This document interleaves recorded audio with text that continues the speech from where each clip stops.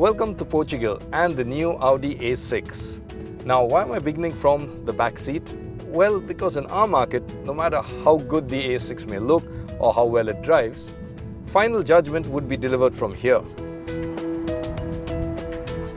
Yes, customers in this segment are mainly chauffeur driven.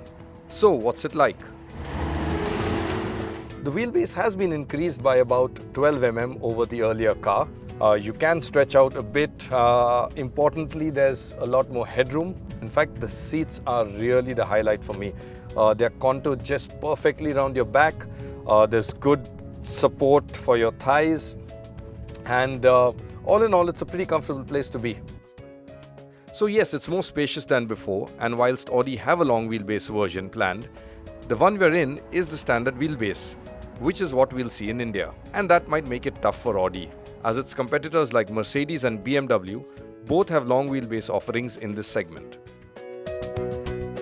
The highlight of the previous generation A6 was the fact that it offered air suspension as standard. This car, well, it will do the same when it comes to our market as well. We are in, I think, comfort mode right now, and it's pretty nice and soft. Of course, the roads here are really smooth, so you can't really ride over rough surfaces. But we're going through some twisty sections, and it isn't rolling that much despite being in comfort mode.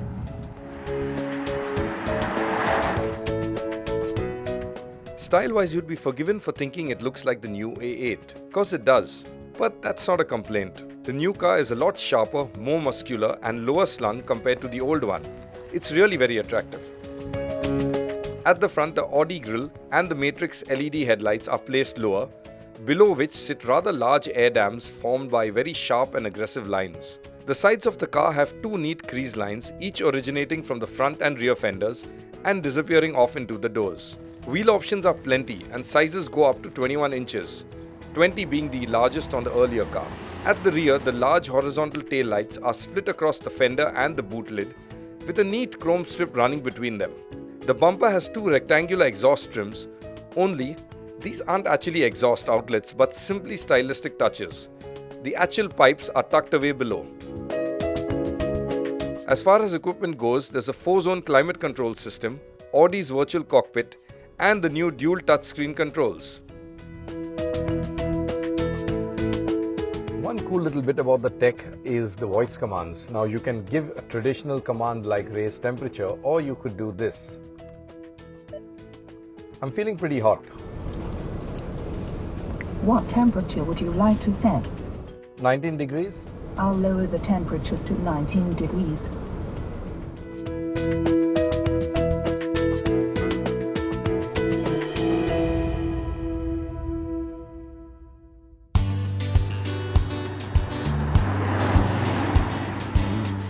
The one I'm driving right now is the 55 petrol, so that's powered by a V6 that puts out about 340 horsepower, and that's quite something.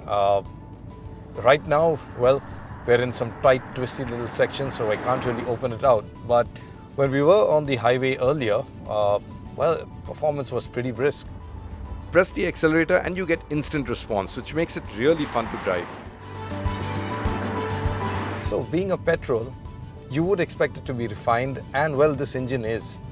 Compared to the diesel, in fact, even more so. We did drive the diesel too.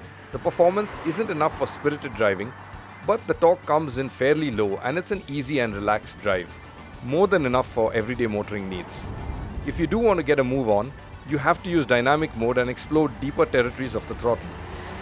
This diesel, however, has a slight coarse note to it and it can be heard in the cabin. Now, one highlight of this drive in Portugal was the tight, twisty roads, which did allow me to get a good feel of the steering. So, steering feel, now that isn't something that we've liked about Audis in the past, but the A6, well, it has a really nice steering feel.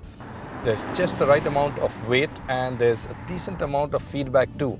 So, going around corners and twisties like we are right now, well, you do feel quite involved and it is pretty rewarding.